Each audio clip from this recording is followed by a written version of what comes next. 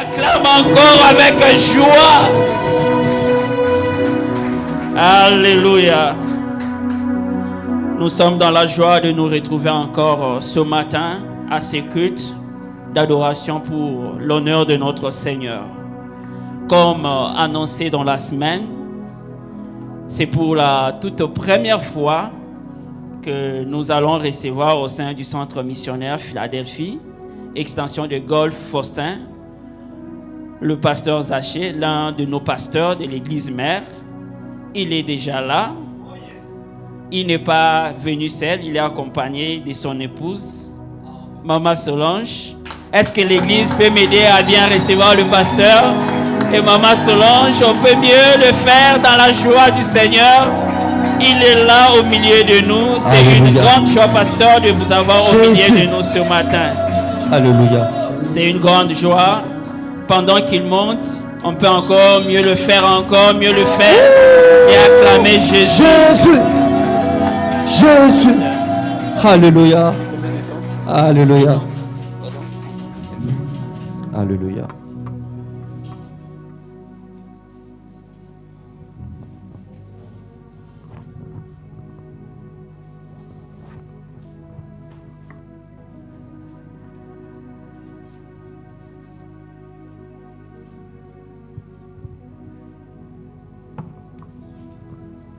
Amen. Est-ce que nous pouvons prier? Père éternel, nous te disons merci. Merci pour ce jour. Merci pour la grâce que tu nous accordes de nous retrouver en ce dimanche spécial dans ta maison. Merci Seigneur pour l'extension de Philadelphie, Faustin, contournement. Béni soit ton saint nom. Toi qui connaissais ce jour, Seigneur Dieu, dans ton plan, tu avais prévu à ce qu'il puisse exister.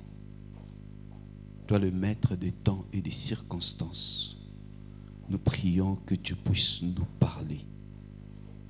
Nous voulons écouter ta voix, que ce moment puisse glorifier le nom de Jésus. Seigneur, merci pour tout ce que tu feras en ces lieux. Au nom de Jésus. Amen. Amen. Est-ce que nous pouvons acclamer le Seigneur, le Dieu qui nous accorde la grâce d'être comptés parmi les vivants? Si Dieu n'était pas avec nous, je ne sais pas si on pouvait encore se retrouver en ces lieux. Si nous sommes là, c'est à cause de sa grâce. Amen. Le Dieu qui avait prévu à ce que nous puissions nous retrouver en ce jour dans la maison des dieux à l'extension des Philadelphie Faustin, nous disons merci à notre Dieu. Auprès des dieux, il n'y a rien de hasard. Dieu sait ce qu'il fait. Je dis merci aussi au pasteur Serge Lekari, à maman Sidonie, à tous ceux qui travaillent avec lui. Je dis merci à toute l'église. Je vois beaucoup de visages que je connais. Je ne peux pas citer tout le monde, mais je me retrouve dans la maison. Amen. Comme annoncé, Dieu m'avait mis à cœur de partager ce thème, une génération exceptionnelle. Une génération exceptionnelle. Nous avons notre premier texte de base, c'est Jérémie chapitre 31, le verset 29 à 30. Jérémie 31, 29 à 30.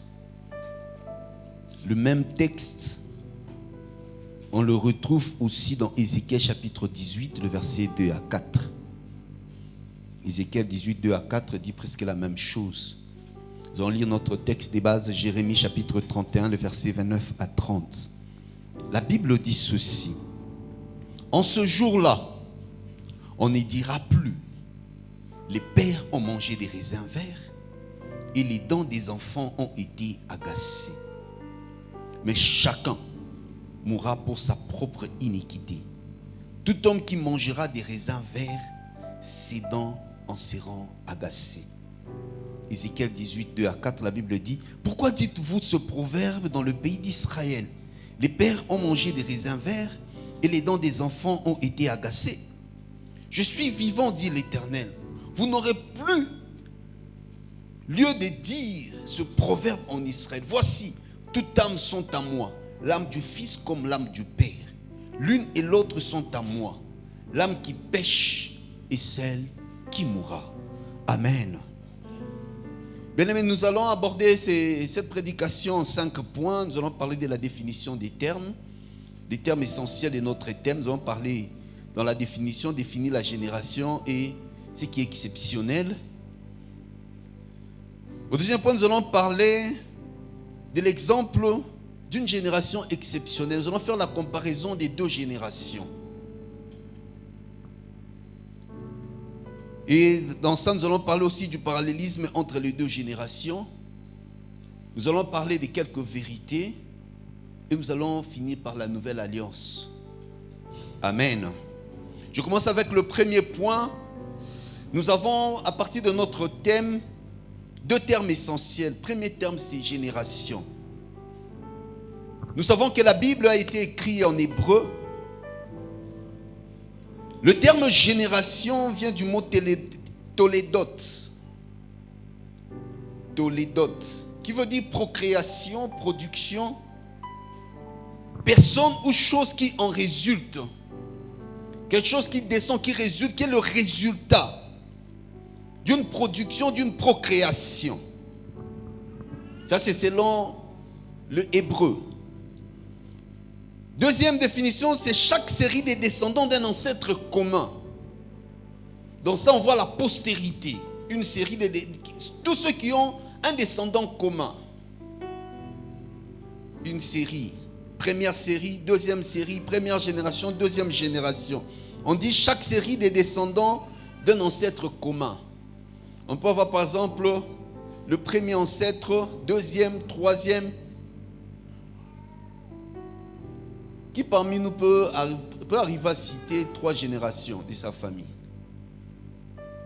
Tu connais ton père, tu connais ton grand-père, tu connais ton arrière-grand-père. Qui peut faire cet exercice? Amen. Vous voyez que nous sommes en train de nous déraciner. Hein? Amen. Troisième définition, c'est âge ou durée d'existence d'un ensemble de contemporains. Âge ou durée d'existence d'un ensemble de contemporains. Par exemple, vous allez voir, chez nous on parle de série 7, série 8, série 9, et maintenant on parle de série 2000. C'est-à-dire génération 70, génération 80, génération 90 ou 90, génération 2000. Ici nous sommes en train de parler de cette génération qui est exceptionnelle. Quand on parle de ce qui est exceptionnel, cela désigne une personne ou une chose comme n'étant pas comprise dans un nombre, dans une règle ou dans une situation où il semble qu'elle devrait être. Ce qui est exceptionnel, on dit une personne ou une chose qui n'est pas comprise dans un nombre ou dans une règle. Elle devait se retrouver, la chose devait se retrouver dans une situation, mais elle ne se retrouve pas dans cette situation. C'est ce qui est exclu, ce qui sort du lot. Et déjà, j'aimerais dire à quelqu'un ce matin que tu es de cette génération exceptionnelle. Quand nous lisons notre texte de base, on dit, en ces jours-là, on ne dira plus, les pères ont mangé des raisins verts et les dents des enfants ont été agacées. Ce terme, c'était une expression proverbiale parmi les Juifs exilés à Babylone pour affirmer qu'ils subissaient les conséquences des péchés de leurs ancêtres et non leurs propres péchés. Ils étaient en train de dire, nous sommes en train de souffrir à cause des choses que nos ancêtres ont eu à faire. Je suis victime de la conséquence de la mauvaise vie de mon père ou de ma mère. Mais j'aimerais dire à quelqu'un, ici déjà nous sommes dans la nouvelle alliance, où on dit qu'on ne dira plus ce proverbe en Israël. On n'est même pas encore dans la nouvelle alliance, où on dit on ne dira plus de ce proverbe en Israël. Les pères ont mangé les raisins verts et les dents des enfants ont été agacées. Chacun mourra pour son propre péché. Deuxième point de ma prédication, j'ai voulu parler des deux générations. C'est là que j'ai parlé d'un exemple, parce que quand on parle de génération exceptionnelle, ça veut dire qu'il y a une génération qui peut être comparée à une autre. Je vais parler d'un exemple, deux générations qui se suivent. Premier exemple, Nombre chapitre 32, le verset 8 à 13. Nombre 32, 8 à 13, la Bible dit: ainsi firent vos pères, quand je les envoyais de Kadès Barnéa pour examiner le pays. Ils montèrent jusqu'à la vallée d'Escol, et après avoir examiné le pays, ils découragèrent les enfants d'Israël d'aller dans le pays que l'Éternel leur avait donné. La colère de l'Éternel s'enflamma ce jour-là, et il jura en disant: ces hommes qui sont montés d'Égypte depuis l'âge de 20 ans et au-dessus ne verront point le pays que j'ai juré de donner à Abraham, à Isaac et à Jacob, car ils n'ont pas suivi pleinement ma voie, excepté Caleb fils de Jephuné, le Kénisien, et Josué fils de Nun, qui ont pleinement suivi la voie de l'Éternel. La colère de l'Éternel s'enflamma contre Israël, et il les fit errer dans le désert pendant 40 années, jusqu'à l'anéantissement de toute la génération qui avait fait mal aux yeux de l'Éternel. Amen. J'aime bien, ce texte commence par: ainsi firent vos pères. Vos pères ont agi d'une certaine manière. C'était dans une circonstance, pour bien comprendre la circonstance dans laquelle Dieu est en train de passer. Dans Nombre chapitre 13, nous allons lire le verset 1 à 3. Nous allons lire le verset 26 à 29 et nous allons lire le verset 33. Nombre 13, 1 à 3, 26 à 29 et le verset 33. L'Éternel parla à Moïse et dit: envoie les hommes pour explorer les pays de Canaan que je donne aux enfants d'Israël. Tu enverras un homme de chacune des tribus de leur père. Tous seront des principaux d'entre eux. Quand on parle des principaux, ça veut dire les chefs de peuple, les chefs des tribus. Moïse les envoya du désert de Paran d'après l'ordre de l'Éternel. Tous ces hommes étaient chefs des enfants d'Israël. Verset 26. À leur arrivée, ils se rendirent auprès de Moïse et d'Aaron et de toute l'assemblée des enfants d'Israël à Kadès dans le désert de Paran. Ils leur firent un rapport, ainsi qu'à toute l'assemblée. Ils leur montrèrent le fruit du pays. Voici ce qu'ils racontèrent à Moïse: nous sommes allés dans le pays où tu nous as envoyés. À la vérité, c'est un pays où coule le lait et le miel, et en voici les fruits. Mais le peuple qui habite ce pays est puissant. Les villes sont fortifiées, très grandes. Nous y avons vu les enfants d'Anak.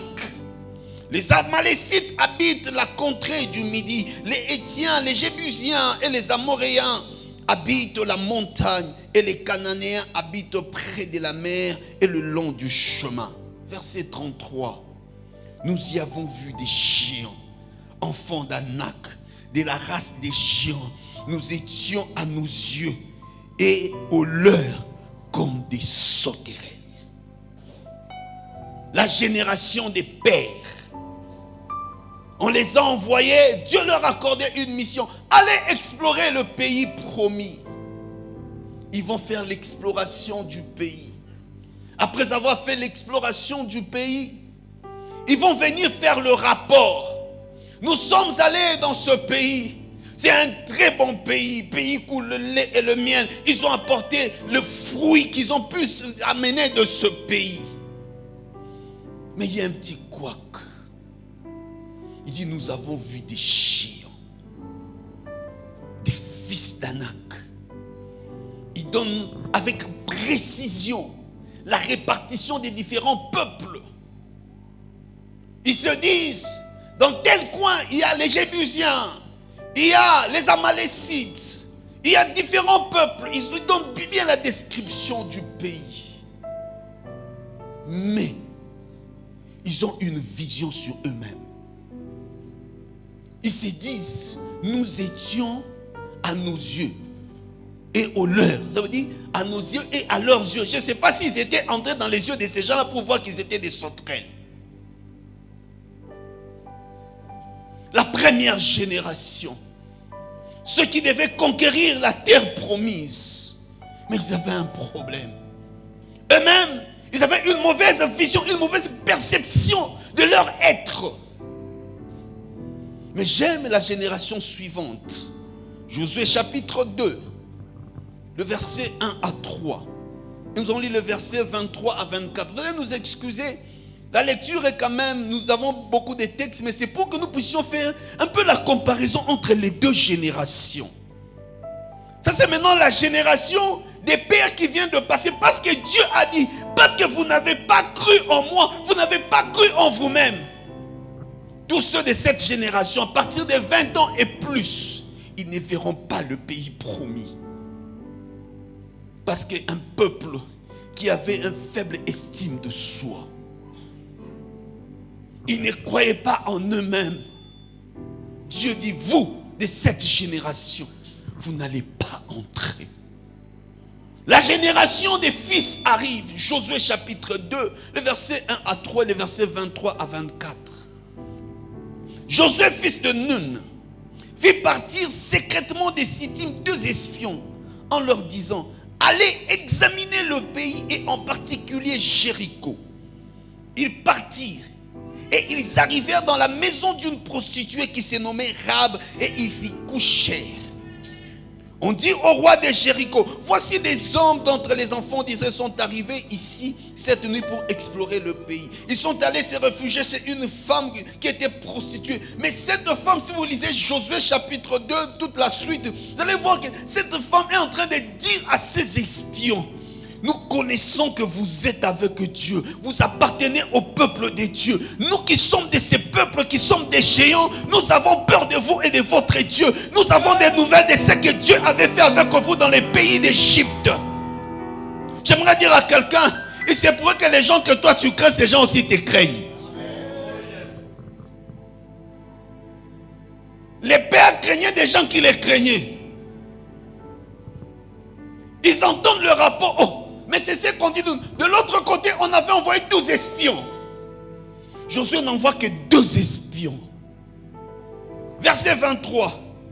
Les 2 hommes sont retournèrent, descendirent de la montagne et passèrent le Jourdain. Ils vinrent auprès de Josué, fils de Nun, et lui racontèrent tout ce qui leur était arrivé.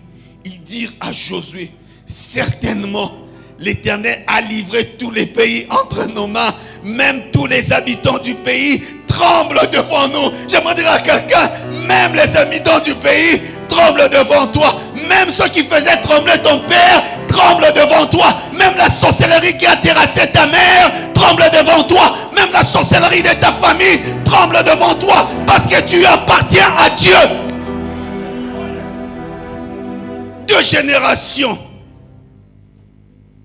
La première génération, une génération de lâches. La deuxième génération, une génération exceptionnelle. J'aimerais toucher le 3e point, le parallélisme entre les 2 générations. Le parallélisme entre les 2 générations. J'essaie de faire la comparaison. La première génération, permettez-moi, je vais utiliser une méthodologie. Quand je présente le côté de cette génération, je vais tirer la leçon après avoir fait la comparaison. Première génération, ils sont tous nés en Égypte. Mais la deuxième génération, la majorité, sont nés dans les déserts. Première génération, ils sont nés dans un pays fertile. La deuxième génération, ils sont nés dans une terre infertile. Mais je veux que nous puissions retenir cette leçon. On peut naître dans le confort et devenir esclave. Alors qu'on peut venir dans un désert et avoir la mentalité des gagnants. J'aimerais dire à quelqu'un, ça ne dépend pas de là où la vie t'a déposé. Ça dépend de la mentalité qui t'anime. Ça ne dépend pas de quelle famille tu es sorti. Ça dépend du vision de la vie que tu as. Les uns étaient nés dans un pays bien administré, dans un pays bien structuré, dans un pays fertile. Ils étaient au bord du fleuve Nil. Il y avait le champ, il y avait l'élevage. Ils pouvaient extraire des minéraux. Mais les autres sont nés dans les déserts. Mais ceux qui sont nés dans les pays fertiles avaient la mentalité d'esclaves. Et ceux qui étaient nés dans les déserts avaient la mentalité des gagnants. Ça ne dépend pas d'où tu es sorti. Ça dépend de la mentalité que tu as. Ça dépend de la perception que tu as des dieux. Qu'est-ce que tu connais de ces dieux? Quelle vision que tu as sur toi-même? Ça ne dépend pas. Ça ne dépend pas. Tu peux venir d'une mère prostituée. Et toi, être un saint de Dieu. Tu peux venir d'une famille pauvre et toi devenir le millionnaire parce que tu es de cette génération. Bien-aimé, tu peux venir d'une famille sans nom, mais c'est toi que Dieu a destiné à donner un nom à ta famille. Ça ne dépend pas du lieu où tu es né. Certains sont nés dans le confort mais sont des esclaves. Certains sont nés dans l'inconfort mais sont des hommes libres. Deuxième élément. Ceux qui sont nés en Égypte, je parle des leaders. Ils avaient comme leader Moïse. Ceux qui sont nés dans les déserts, première génération, ils avaient leader comme Josué. Si vous lisez Deutéronome chapitre 34, chapitre 33, la Bible parle de Moïse, un bon leader. Un très bon leader. Et la Bible même dit, il a existé des prophètes en Israël, mais il n'existera pas de prophètes comme Moïse.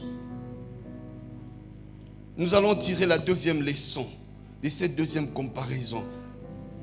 On peut être un bon leader et échouer parce qu'on avait une mauvaise troupe ou des mauvais collaborateurs. On peut être un bon leader, mais si vous êtes mal entouré, si vous avez des mauvais collaborateurs, bien aimé, peu importe la hauteur de votre leadership, vous allez échouer. Moïse, un leader visionnaire, mais il a échoué parce qu'il était mal entouré. Je prie que vous soyez des bons collaborateurs pour le pasteur Serge. Cette œuvre peut réussir, tout comme elle peut échouer. Tout dépend de l'accompagnement que vous allez accorder à votre leader. Quel genre de collaborateurs seriez-vous? Mais j'aimerais déjà dire une vérité. J'avais placé ça à la fin, mais j'aimerais quand même en parler déjà maintenant. À tous ceux qui sont appelés à être leaders, retenez bien cette vérité. Si vous avez des collaborateurs qui parlent plus de vos faiblesses que de vos prouesses, ils sont plus un danger. Un collaborateur, il peut connaître tes faiblesses, mais il faut aussi qu'il connaisse tes prouesses. Ces gens, quand ils sont allés, les pères, quand ils sont allés explorer, ils n'ont parlé d'aucune prouesse d'Israël. Ils n'ont vu que les mauvais côtés. Bien aimé, chez nous, à la maison, tout n'est pas parfait, mais il y a des choses qui sont bonnes. La différence entre une critique positive et une critique négative, c'est autour des pistes de solutions. Toute la critique n'est pas mauvaise. Mais quand quelqu'un vient apporter la critique, il y a des gens, il Il ne te parle que des mauvais côtés, de tes défauts, de tout ça. Il ne parle jamais de tes qualités. J'aimerais dire à quelqu'un, cette personne, si tu suis bien souvent, ils sont avec l'ennemi et ils peuvent te faire rater ta destinée. Moïse a raté la destinée. Il a raté d'entrer dans la terre promise parce qu'il avait des mauvais collaborateurs. Ils étaient 12 représentants de chaque tribu. Amen. Si tu sens que quelqu'un qui ne voit que tes défauts, il ne te félicite pas quand tu arrives à faire des prouesses, bien aimé, à un certain moment, il faut le mettre de côté.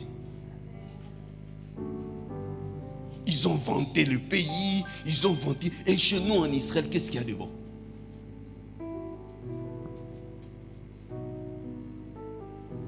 Il y a ça, il y a ça. Le bon côté de chez nous, c'est ça, ça, ça. Le mauvais côté.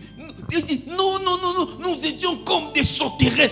Imagine que toi, un homme, tu es en train de diriger des sauterelles, tu vas faire quoi? Papa Michel, même si tu es le génie, des gens qui ont la vision des sauterelles, toi tu as la vision humaine. Qu'est-ce que vous allez faire avec les sauterelles?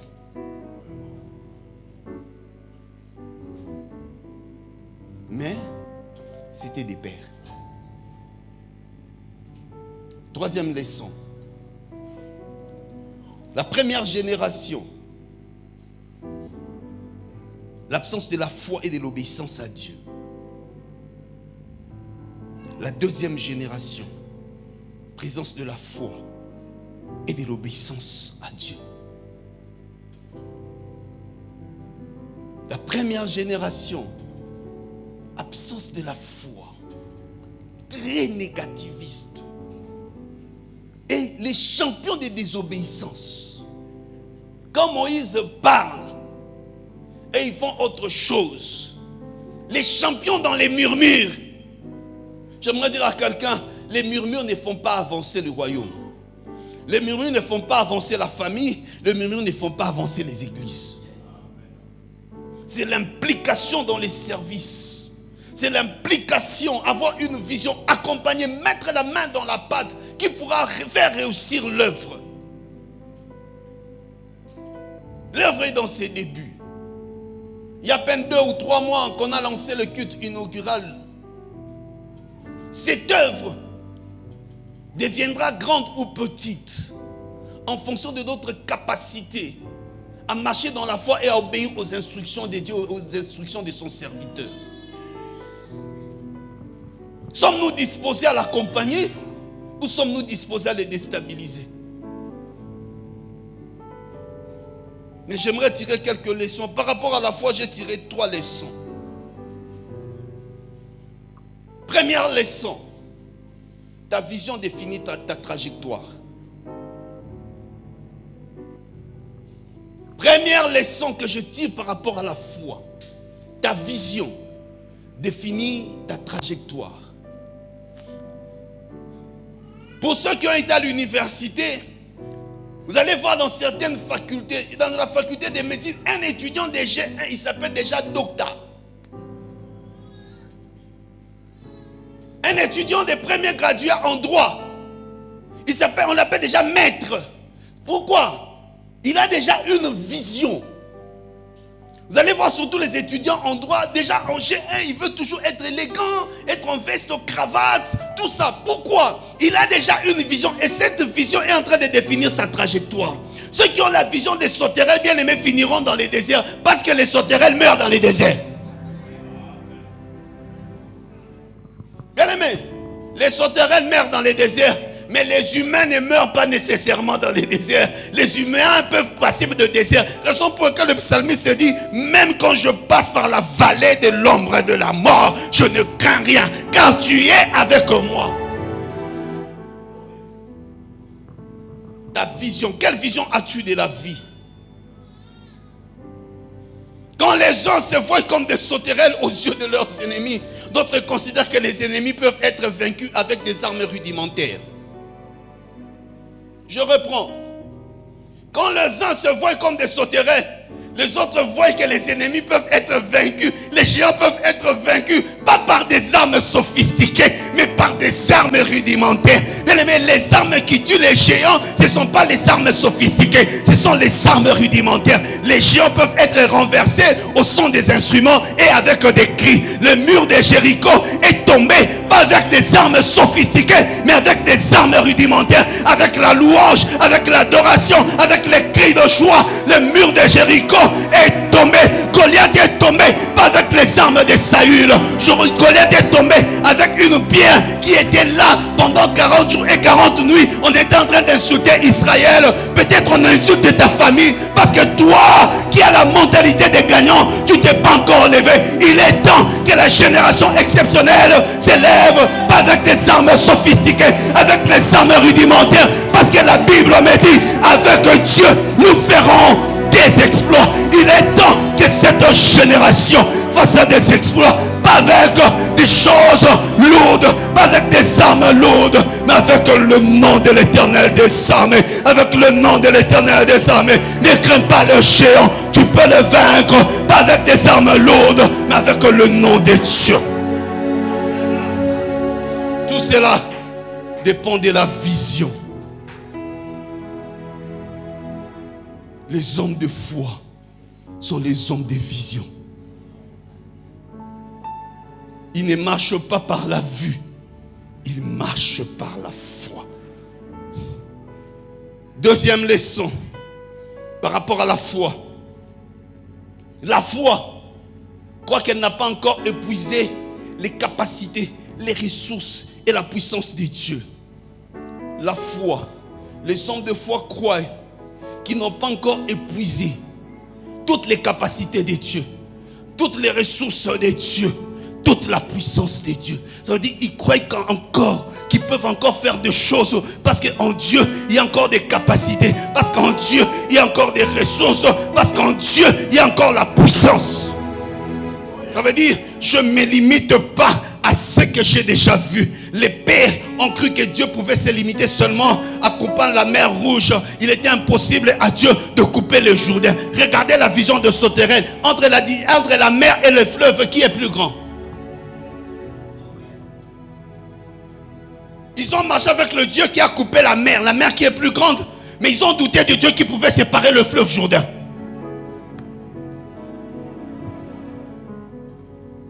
Amen. La nouvelle génération, ils croient que Dieu a encore les possibilités. Il y a encore des ressources qu'on peut puiser auprès de Dieu. Ce que j'ai vu, ce n'est pas tout ce qu'il y a en Dieu. J'aime bien cette chanson de Gaël.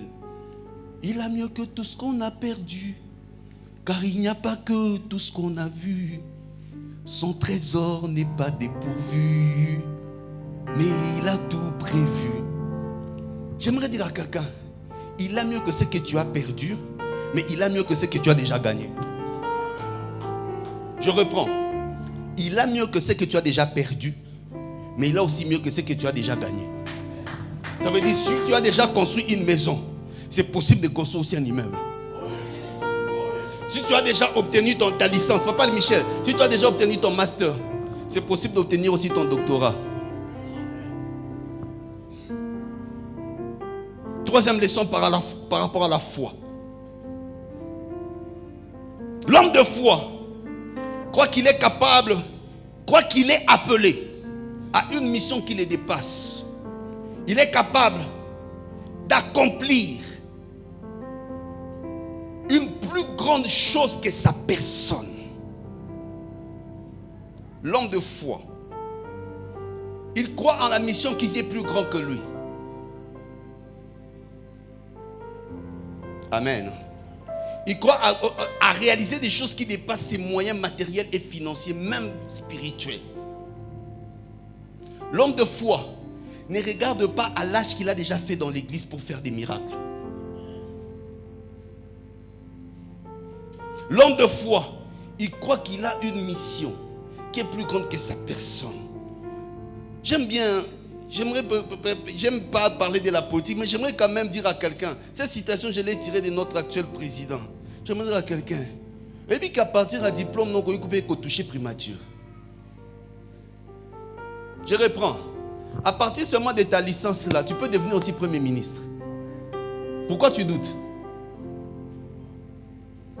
Oui, mais qu'à partir il y a commerce dans nos poches, on peut toucher peu de millions. Hein? En haut, si on a millions, salani. Oh, tous ceux qui ont touché des millions ne sont pas occultistes. Certains craignent Dieu plus que toi. Certains aussi ne craignent pas Dieu, mais ils ont gagné leur argent honnêtement, sans voler et détourner. Mais ils ont touché des millions. Tout ça, c'est la capacité, la vision que tu as de toi-même et de ta vie qui définit ta trajectoire. Tu crois que parce que toi, tu as fini à l'Unilou, toi, tu ne peux pas aller à la primature. Pourquoi? Ceux qui sont devenus premiers ministres, ils ont 4 yeux. Tu as quelle vision?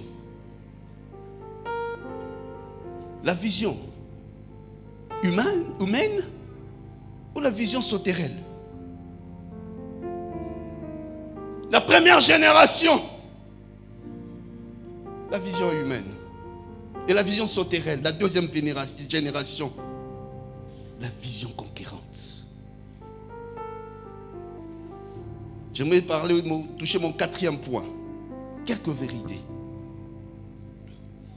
La première génération, on a envoyé 12 personnes. La deuxième génération, on a envoyé 2 personnes. Première vérité. Là où la majorité a échoué, une minorité peut réussir. Je reprends. Là où la majorité a échoué, une minorité peut réussir. Dans ta famille, là où ton père, ta mère, tes oncles, tes tantes, tes cousins, tes cousines, tes neveux, tes nièces ont échoué, toi tu peux réussir. Là où personne ne s'est marié, toi tu peux être la première personne à se marier. Là où personne n'a voyagé, toi tu peux être la première personne à voyager. Là où personne n'a acheté un véhicule, toi tu peux être la première personne à acheter le véhicule le plus cher du monde. Là où personne n'a pu faire quelque chose, toi tu peux être le premier. J'aimerais dire à quelqu'un, là où 12 ont échoué, 2 ont réussi. La première génération, on a envoyé la majorité. La deuxième génération, on a envoyé la minorité. J'aimerais dire à quelqu'un, ne compte pas toujours sur la majorité pour avancer. Il arrive que la majorité puisse être des nuls et une minorité puisse être conquérante. Deuxième vérité. On peut avoir le même sang, mais pas le même esprit. On peut avoir le même sang. J'ai le sang de mon père. J'ai le sang de ma mère. Mais c'est pour que je n'ai pas le même esprit que mon père et ma mère. Il s'est pour que mon père et ma mère puissent avoir la mentalité des sauterelles et moi le fils avoir la mentalité conquérante. Raison pour laquelle le texte de base nous dit, on ne parlera plus de ces proverbes en Israël. Les pères ont mangé des raisins verts et ce sont les dents des enfants qui ont été agacées. Bien aimé, s'ils ont mangé des raisins verts, c'est leurs dents qui seront agacées, pas les miennes. C'est Dieu qui est en train de dire, on ne parlera plus de ce proverbe en Israël. J'aimerais dire à quelqu'un, ne lis pas toujours certains échecs à la sanguinité. Amen. À un certain moment, on a donné à certaines choses autant de poids. Et ce sont des choses qui ont limité nos vies. Non, nous chez nous, personne n'a fait ça. Si personne n'a fait ça, bien aimé, une histoire commence toujours par quelqu'un. La consanguinité n'est pas liée au destin. On peut avoir le même sang, mais on n'a pas la même vision de la vie. Amen. On peut avoir le même sang. J'aimerais dire encore, on peut avoir le même sang, mais on n'a pas la même vision de la vie. Si ton père était adultère, toi tu peux être saint. Si ta mère était prostituée, toi tu peux être une consacrée à Dieu. Troisième vérité. On peut naître des parents esclaves et devenir conquérants. Leur père étaient des esclaves en Égypte, mais eux n'ont pas été des esclaves.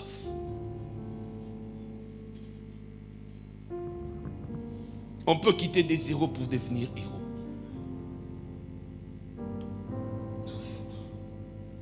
Tout dépend de la perception. Tu te places dans quelle génération? La génération des esclaves ou la génération des conquérants? Quatrième vérité. La considération des hommes ne change pas nécessairement notre état. La considération des hommes ne change pas nécessairement ton état. Bien aimé, on peut bien t'insulter. Tu es nul. Tu ne feras rien. Sans nous, tu ne feras rien. Toi, on verra là où tu vas finir. Bien aimé, ça c'est votre considération. Cela ne définit pas mon état final. Parce que ce n'est pas vous qui m'avez créé. Même si vous êtes mes parents, je suis venu par vous, mais pas de vous. Je suis venu de Dieu. Je suis venu par la volonté de Dieu. Il dit à Jérémie, avant que tu puisses naître, je t'avais connu. Je t'avais conçu dans le sein de ta mère. Je t'avais établi prophète des nations. Je t'avais établi pour ouvrir les portes. Je t'avais établi pour briser les chaînes. Je t'avais établi pour commencer une autre histoire. Je t'avais établi.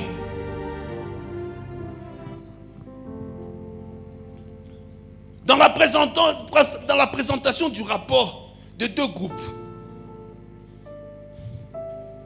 un point commun. Tous ils ont fait un constat. Tout est grand. Dans ces pays-là, tout est grand. Ce sont des géants. Il y a des murs géants. Tout est grand. Et la première génération et la deuxième génération. Mais un point de divergence, l'approche de la victoire. Toutes les deux générations n'avaient pas la même approche de la victoire. La première génération n'envisageait même pas une victoire face aux géants. Mais la deuxième génération, ils n'étaient pas dans le déni de la réalité. Ils étaient conscients de la réalité, mais ils avaient aussi une approche que la victoire est possible. Bien aimé, quand nous sommes en train de parler, c'est pas que nous ne reconnaissons pas la réalité. Nous croyons à la réalité. Moi, je crois que nous sommes dans une génération qui pouvons changer la réalité du Congo.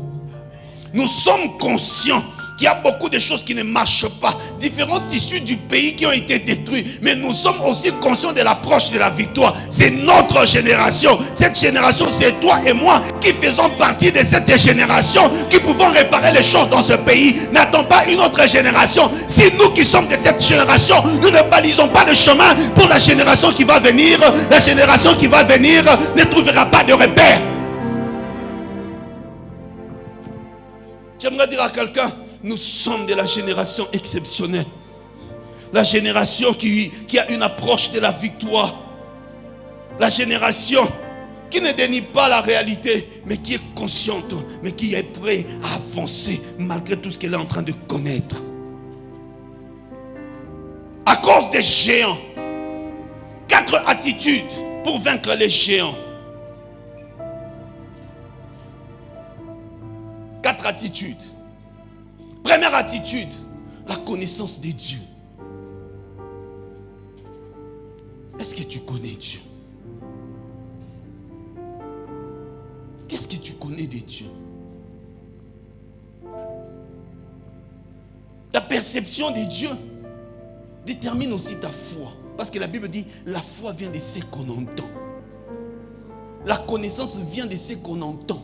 De ce à quoi on est exposé. Tu es exposé à quoi?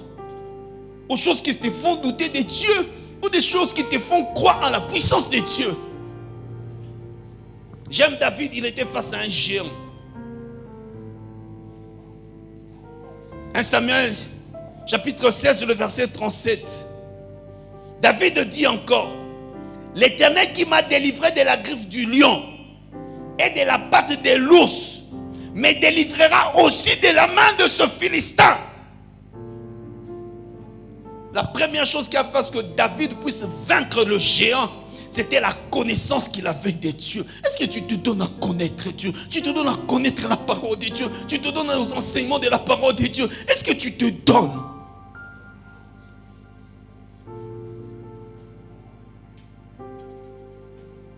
Daniel chapitre 11, le verset 32.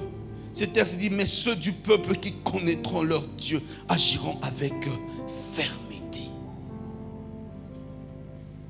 Quand ils sont en train de parler, la deuxième génération, j'aime bien cette génération. Permettez-moi, j'aime cette génération. Ils sont en train de se souvenir, alors qu'eux n'ont pas connu ces miracles, mais ils sont en train de se souvenir des miracles que la première génération a connus. Le Dieu qui a fondu la mer Rouge, le Dieu qui a manifesté les signes et les prodiges en Égypte, c'est le même Dieu qui va nous donner le pays des Canaan. Deuxième chose qui peut te permettre de vaincre les géants, la confiance en Dieu. La confiance en Dieu. La confiance est un sentiment de sécurité vis-à-vis de quelqu'un ou de quelque chose. La confiance, c'est l'assurance. J'avais dit 1 Samuel 16, 1 Samuel 17. Toujours 1 Samuel 17, le verset 37. David avait cette confiance.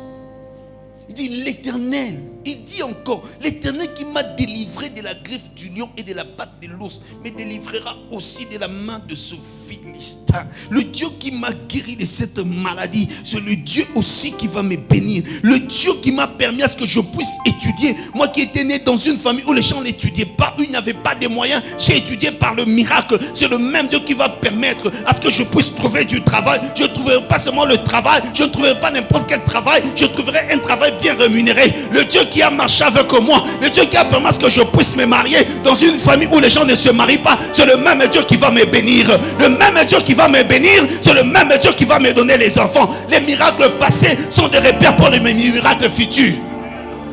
Si j'ai déjà vu les miracles, si j'ai déjà vu la main de Dieu dans ma vie, je verrai encore la main de Dieu. Parce que ce que j'ai vu ne limite pas la puissance de Dieu. Dieu est au-delà de ce que je peux penser et imaginer.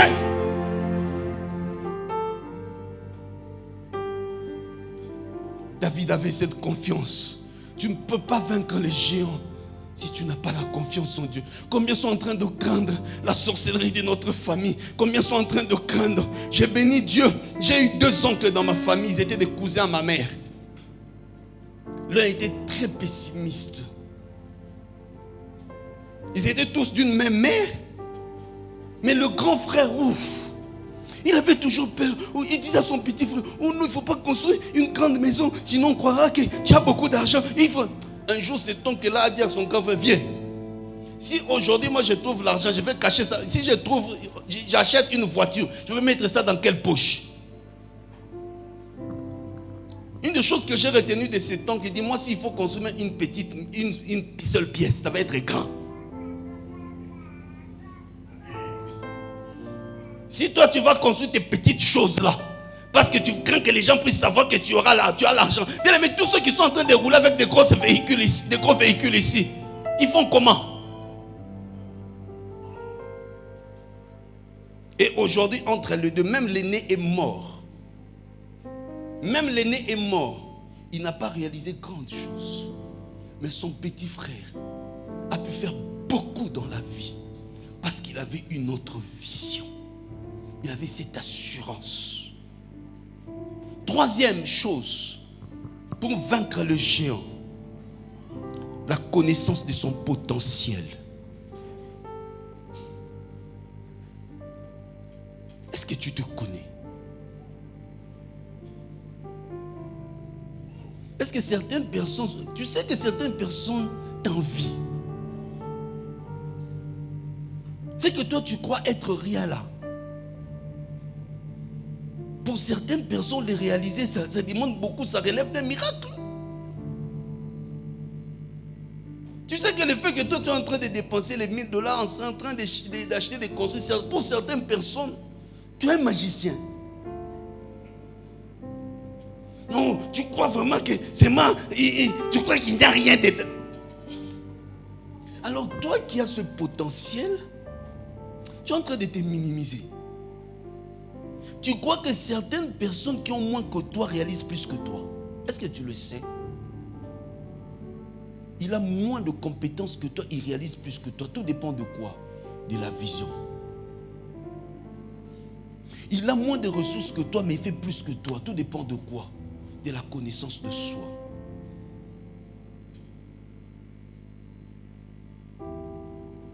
Quand on se connaît, on ne redoute pas l'adversité. Bien-aimé, j'aimerais dire à quelqu'un, il ne faut pas craindre de postuler, même aux histoires qui sont plus grandes que toi. J'ai un petit frère, j'ai béni Dieu pour mon petit frère là. Il a travaillé avec la femme d'un monsieur qui était élevé dans ce pays. À un certain moment, ça n'a pas marché. Il a démissionné. Il a démissionné. Il s'est décidé de rentrer à Kinshasa. Il était dans une des provinces. Quand il est rentré à Kinshasa, sur son profil WhatsApp, il avait mis sa plus belle carte et très bien habillé. Veste, cravate. Sur son statut, il mettait toujours la plus belle photo et il écrivait « La saison est bonne ». Mais il a perdu le travail. Mais il savait ce qu'il était. Quelque temps après, il a trouvé une opportunité. La personne qu'il a engagée, c'est la femme d'une autre personne, mais qui est encore plus élevée que la première personne. Et aujourd'hui, il m'a écrit, vieux, j'ai fait un projet. Ce projet-là va demander, je veux engager à peu près 12 000 personnes. Il me dit, ça va générer près de 65 millions de dollars. Je regarde la famille dont on est sorti petit. Toi, tu as des projets comme ça, comment?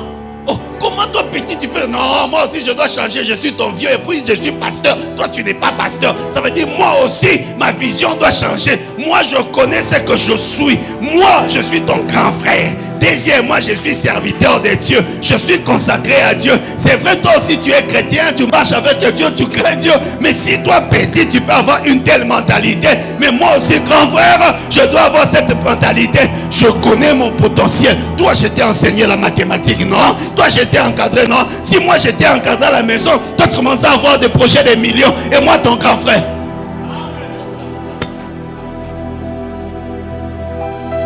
Tout cela dépend de la connaissance de son potentiel. Quand tu connais ce que tu es, ta valeur ne dépend pas de ton revenu. Je reprends encore. Ta valeur ne dépend pas de ton revenu. Quand on se connaît, on se connaît. J'aimerais dire qu'en raison pour laquelle il faut te cultiver, il faut encore apprendre, il faut aller à l'école, il faut accroître le niveau, il faut encore te perfectionner, il faut encore devenir meilleur. S'il faut atteindre les niveaux, atteins, monte. Même votre pasteur qui est déjà pasteur a voulu accroître les niveaux et vous les fidèles. Ajoute la valeur. J'aimerais parler seulement des 5 points essentiels. Les avantages de connaître son potentiel. Premièrement, ça permet de mieux se connaître soi-même. Quand on connaît son potentiel, tu n'as pas peur, tu te connais toi-même. Deuxièmement, prendre la conscience de ses ressources.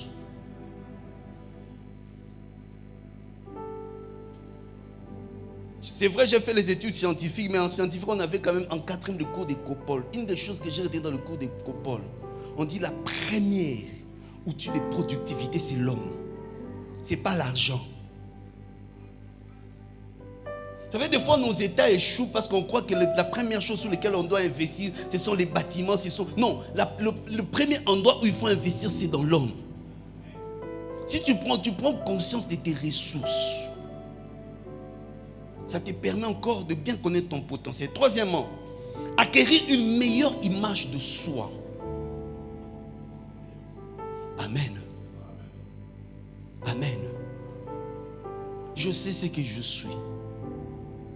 Ma valeur ne dépend pas des réseaux sociaux.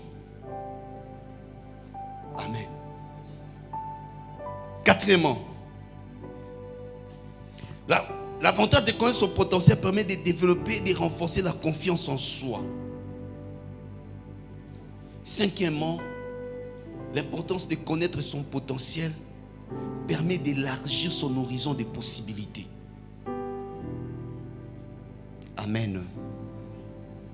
Quand tu te connais, tu te dis, je peux travailler dans ça, je peux faire ça, je peux faire ça, je peux faire ça. Ça veut dire, tu ne commences plus à douter, tu te dis, ça veut dire, devant moi, j'ai un champ élargi de possibilités. Ça veut dire, tu commences à élargir ton monde, tu ne réduis plus ton monde. Amen.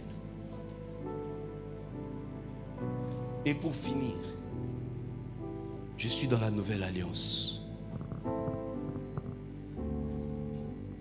2 Corinthiens chapitre 5, le verset 17.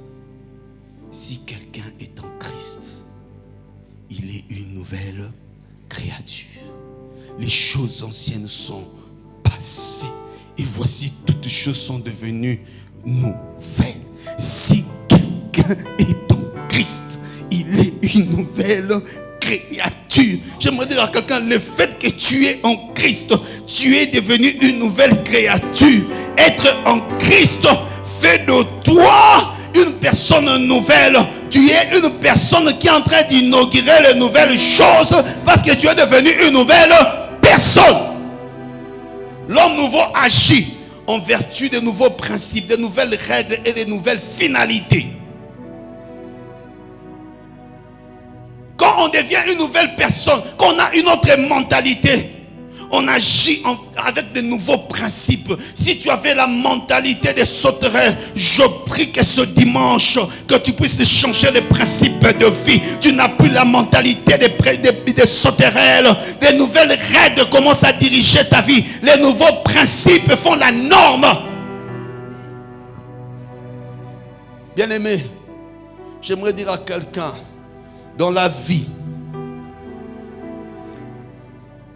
nous avons deux catégories de personnes. Ceux qui font l'histoire et ceux qui écrivent l'histoire.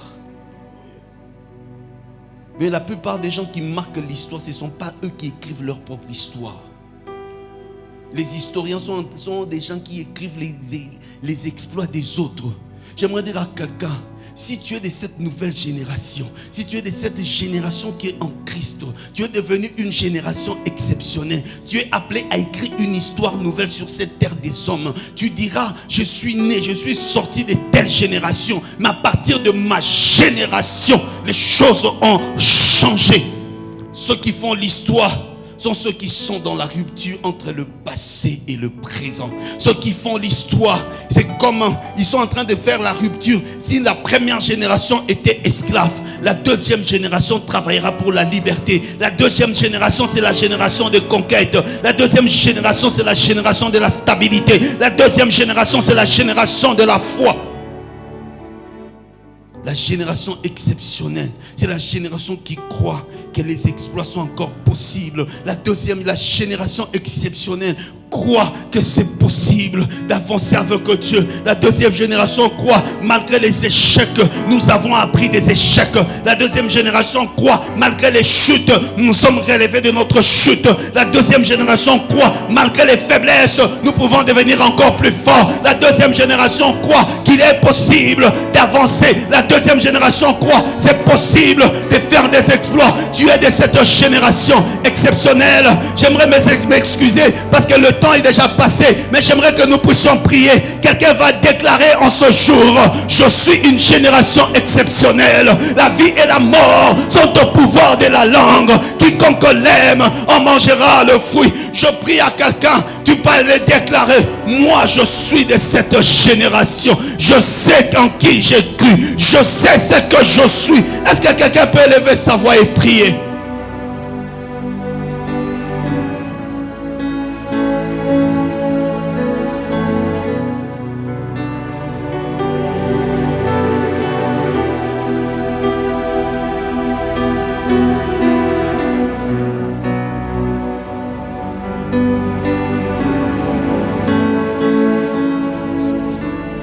Bien-aimé, prie.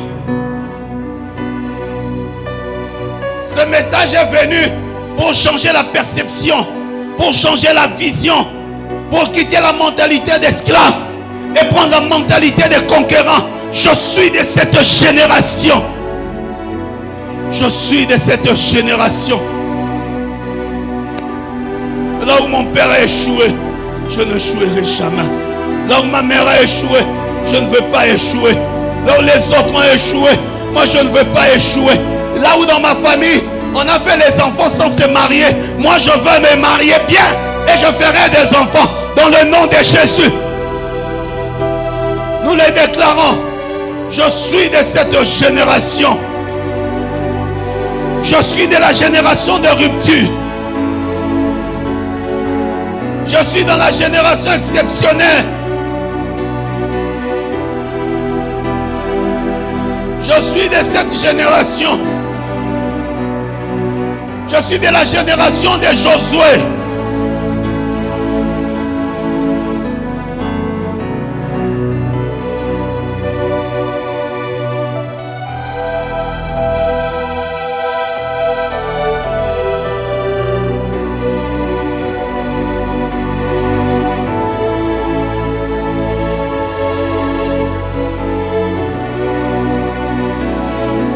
Je ne tomberai pas dans les pièges de mes parents. Je ne commettrai pas les mêmes erreurs que mes parents. Je suis de cette génération. Je suis de cette génération.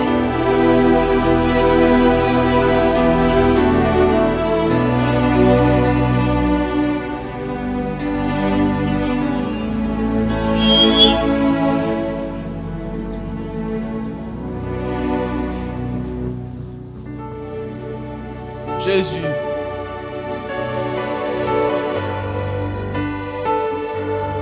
Jésus.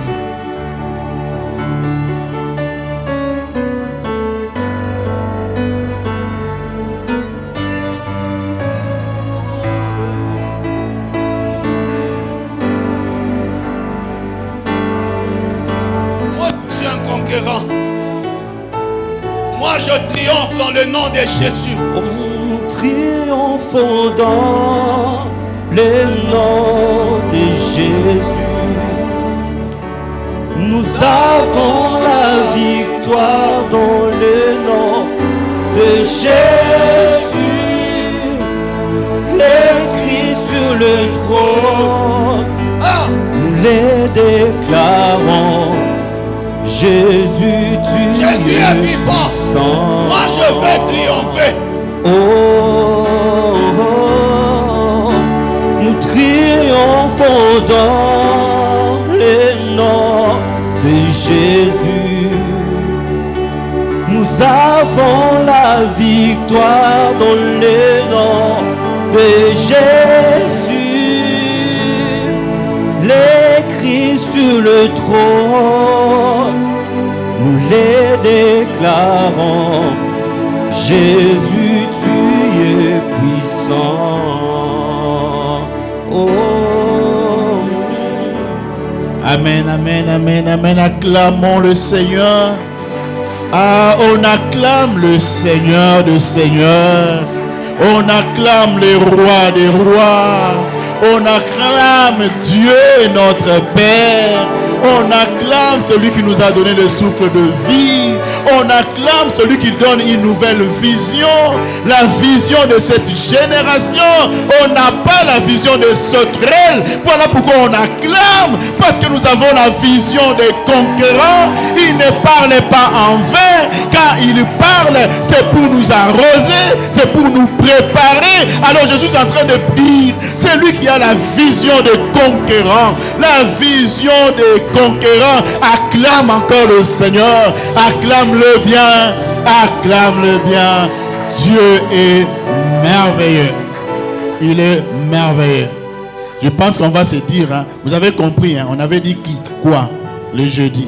C'est un enseignant. J'ai eu beaucoup de sujets. J'ai commencé à écrire. Où est Masika? Où est Masika? Où est Masika? Pasteur Zaché, merci beaucoup. Merci beaucoup. Nous allons encore acclamer pour le pasteur, acclamer pour l'homme de Dieu. Merci beaucoup, Maman Solange, pour le travail que vous êtes en train de faire derrière le pasteur. Merci, vraiment, on a été bénis. On va dire au pasteur, est-ce qu'à cause on a sauté pour ma génération? Il faut tout ce pasteur qui nous suit sûrement, il est en train de nous suivre. Et on va commencer avec les offrandes. Pendant qu'on serait en train de donner nos offrandes, nous allons passer au communiqué. Mais il y a un communiqué excellent, un communiqué exceptionnel. Un communiqué qui match réellement avec l'enseignement qu'on nous a donné aujourd'hui, la vision. Eh bien, notre pasteur, le pasteur Serge Lekiari, hier, c'était sa collation. Il est bachelor et je pense que là où il est, nous allons le féliciter, nous allons l'encourager par nos acclamations. On va l'encourager. En tout cas, pasteur, nous te disons merci. Ça, ce sont des challenges que vous êtes en train de donner à l'église. Oui, l'excellence est notre partage. L'excellence est notre partage. Vous avez vu le pasteur Serge, bachelor. Nous avons vu hier, il y avait le pasteur Henri Fabrice, notre pasteur intelligent là aussi, qui est master. Le pasteur Zaché lui-même, il est revenu du Togo. Il a étudié. Le pasteur Timothée, Maman Toti. Donc tout le monde. L'excellence pour changer cette nation, pour changer l'église. Voilà, merci beaucoup pour vous tous qui êtes là. Alors, il y a une liste qui est en train de défiler pour les parents. L'Écodim veut vraiment que l'enfant de l'Écodim soit aussi excellent. Ils ont commencé à faire les devoirs des TP. Ils se posent des questions. Ils remettent des prix. Alors, la maman qui gère l'Écodim veut que chaque parent puisse mentionner son nom, numéro de téléphone, tout moyen de contact, de manière à ce qu'elle veut vraiment faire un suivi de nos enfants. Je pense que c'est vraiment dans le cadre de l'excellence. Alors, si vous n'avez pas mentionné votre nom sur la liste, prière à le faire après le culte. Prière à le faire après le culte. Sinon, nous vous disons merci. Nous allons nous retrouver jeudi. Notre pasteur est acquis. Il va revenir, je pense, vendredi, parce qu'en même moment, comme on a dit, l'excellence, cette vision qu'il a fini, là, il est son bachelor qui va continuer, mais en même temps, il est expert en fiscalité, et donc il va rester encore pour d'autres missions, donc il va revenir. Mettons-les en prière pour que toutes les missions qu'il est parti faire là-bas réussissent. Que Dieu vous bénisse. Vous êtes tellement beaux. Nous vous aimons tellement. Avec la vision du conquérant, en rentrant, fier, tu dis, moi je suis conquérant. Si tu avais la vision de Sauterelle, eh bien ce n'est plus pour aujourd'hui. Alors pour clôturer, nous allons vous demander de vous relever. Et comme c'est la première fois que nous avions reçu le pasteur Zaché, nous allons demander encore sa bénédiction, qu'il vienne prier pour nous et bénir l'assemblée et bénir nous tous. J'aimerais que nous puissions lever nos mains. Je te bénis dans le nom de Jésus. Tu es de la génération exceptionnelle. La génération qui écrira l'histoire. Tu es de ceux qui écriront l'histoire de ta famille. Tu es de ceux qui écriront l'histoire dans cette ville. Tu es de ceux qui écriront l'histoire dans ce pays. Parce que tout dépend de Dieu avec qui tu marches.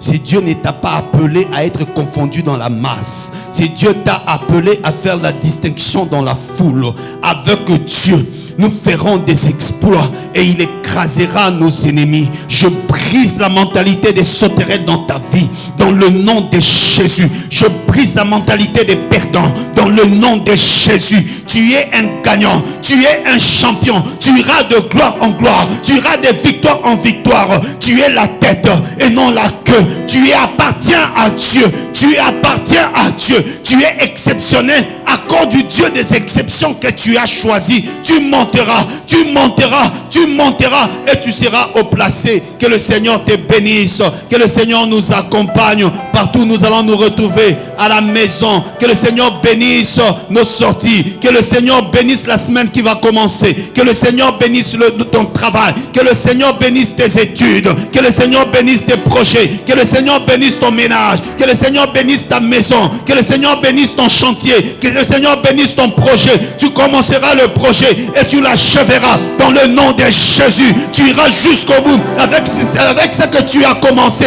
Dans ce que tu as commencé, rien ni personne ne pourra t'arrêter dans le nom de Jésus. Rien ni personne ne pourra arrêter ce projet. La sorcellerie de ta famille ne t'arrêtera pas. La sorcellerie de ton quartier ne t'arrêtera pas. Là où ceux de ta famille se sont arrêtés, toi tu vas dépasser le niveau. Toi tu vas dépasser le niveau parce que tu appartiens à Dieu, parce que tu sers à Dieu, parce que tu t'es décidé de te relever. Ta vision avec Dieu modifie la trajectoire. Ta vision modifie la trajectoire. Tu es sur la trajectoire des gagnants. Tu es sur la trajectoire des gagnants. Je prie que sur cette trajectoire, que l'Éternel te donne l'accélération. Que l'Éternel te donne l'accélération. Ce que tes parents ont réalisé tard, toi tu le réaliseras tôt à cause de Dieu. Ce que tes parents ont réalisé tard, tu le réaliseras tôt à cause de Dieu. À cause de Dieu. À cause de Dieu. Père, je te dis merci. Merci Seigneur pour ce que tu feras de cette église. Merci Seigneur pour la conquête même de ce quartier. Seigneur, pour ta gloire, au nom de Jésus. Amen. Que le Seigneur nous bénisse et bon dimanche.